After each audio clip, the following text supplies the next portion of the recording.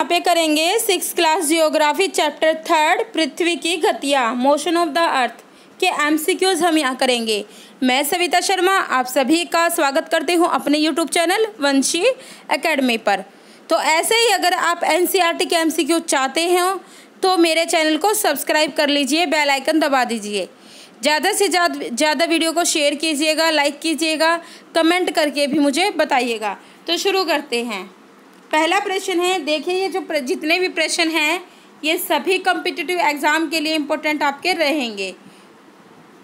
तो पहला प्रश्न ले लेते हैं, पृथ्वी का अपने अक्ष पर घूमना कहलाता है। पृथ्वी का अपने अक्ष पर घूमना कहलाता है। ऑप्शन ए है आपका घूर्णन, बी है परिक्रमण, सी ए और बी दोनों, डी इनमें से कोई नहीं। तो जो पृथ्वी अपने अक्ष पर घूमती है जिसके कारण दिन और रात होते हैं उसे बोलते हैं रोटेशन। तो ये होता है आपका घूर्णन से। A is the right answer, A इसका सही उत्तर हो जाएगा। देखिए ये प्रश्न सभी कॉम्पिटिटिव एग्जाम के लिए इम्पोर्टेंट आपके रहेंगे।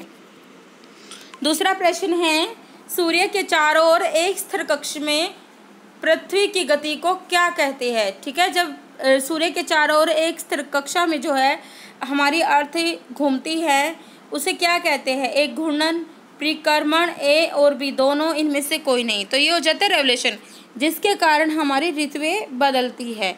तो ऑप्शन बी आ जाएगा परिक्रमण। आगे देख लेते हैं, प्रदीप्त वर्त किसे कहते हैं। एग्जाम में कई बार पूछा गया है, प्रदीप्त वर्त किसे कहते हैं। एक ग्लोब पर वह वृत्त जो दिन तथा रात को विभाजित करता है।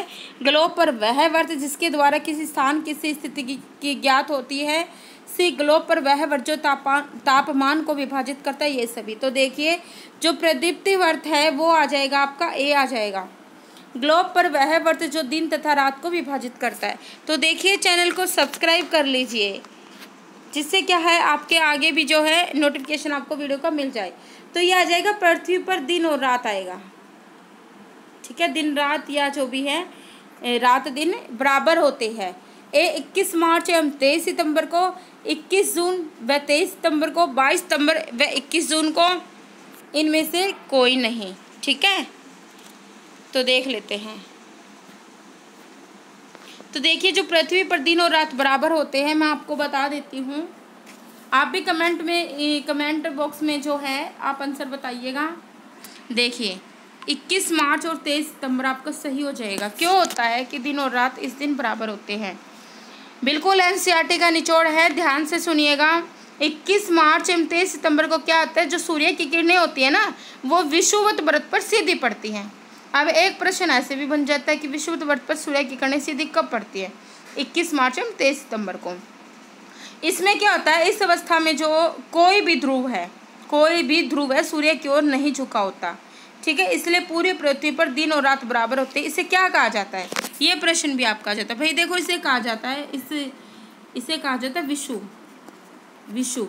ध्यान रखना, अगर प्रश्न आता है विषुव किससे कहा जाता है, तो जो पृथ्वी पर दिन और रात बराबर होते हैं यानी कि सूर्य की जो किरणें हैं वो सीधी पड़ती है विषुवत वृत्त पर। आगे देख लेते हैं, एक प्रश्न और है, विषुवत वृत्त पर किस दिन सूर्य की किरणें सीधी पड़ती है। अभी हमने पढ़ा है 21 मार्च और 23 सितंबर को। ठीक है, तो इसमें क्या है 21 मार्च, तो ए आ जाएगा।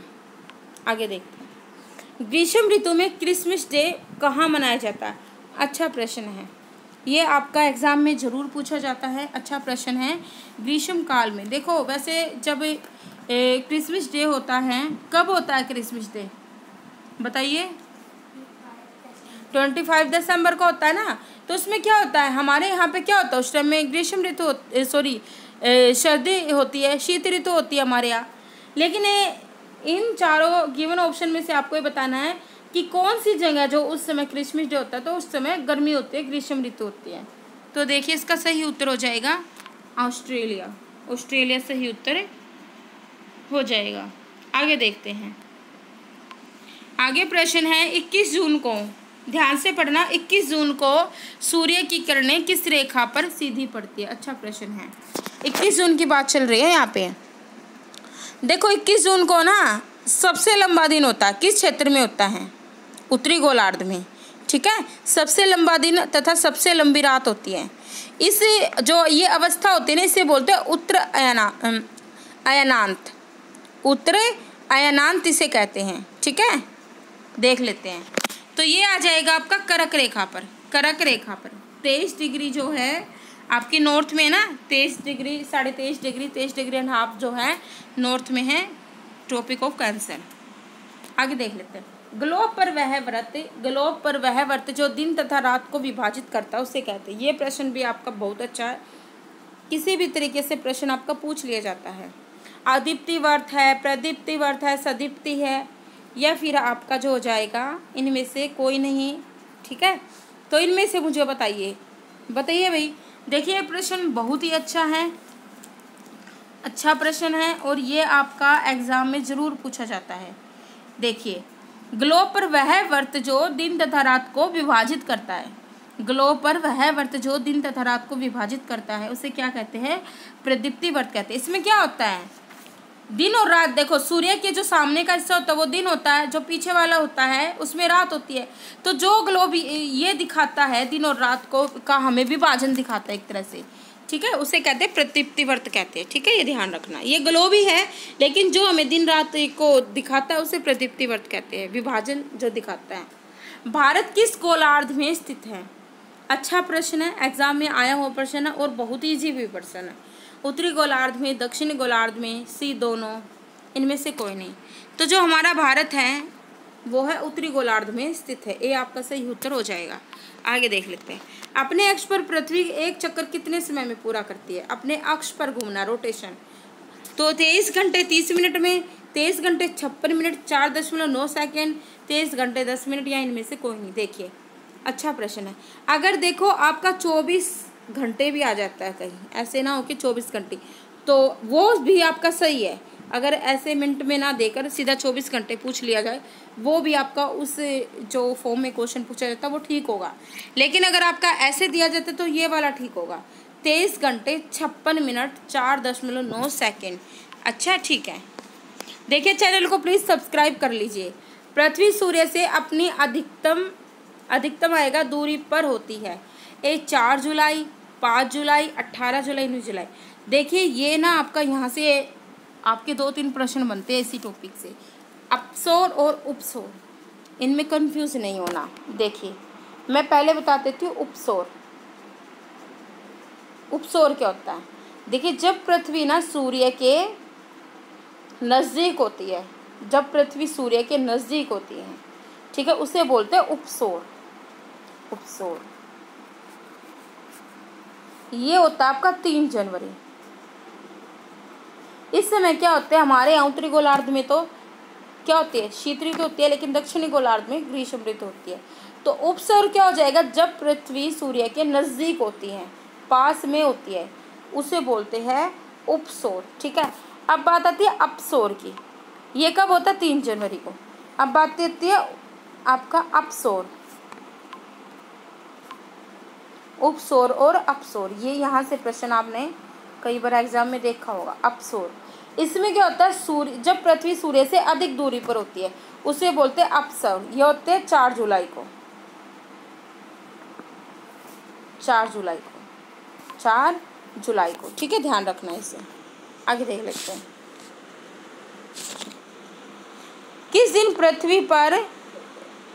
दिन पृथ्वी सूर्य से निकट होता है? अब आ गई ना उपसौर वाली, तो ये आ जाएगा आपका ऑप्शन ए 3 जनवरी, 23 सितंबर, 14 जुलाई, 10 जुलाई। अब इसका उत्तर आप देना, क्योंकि मैंने आपको समझा दिया है किस दिन पृथ्वी सूर्य से निकट होती है। ठीक है, तो निकट होना क्या होगा? उपसौर होगा।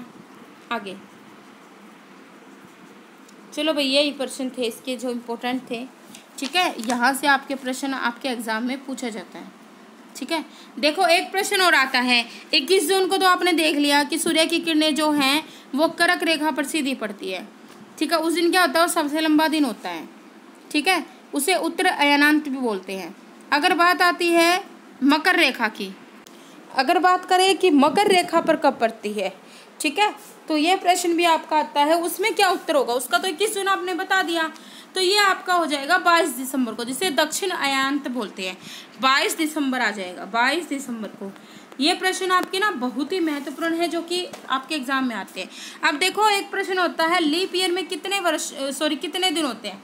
366 दिन होते हैं ना, ठीक है। उसमें क्या है, 4 साल के बाद जो है चौथे वर्ष में फरवरी माह में 28 के बदले 29 दिन कर दिए जाते हैं, 29 दिन होते हैं, ठीक है। तो ये आपका कुछ इससे जुड़े हुए प्रश्न आ गए हैं। तो कैसी लगी वीडियो बता देना। अभी नेक्स्ट चैप्टर की आपको जल्द ही वीडियो देखने को मिलेगी। धन्यवाद।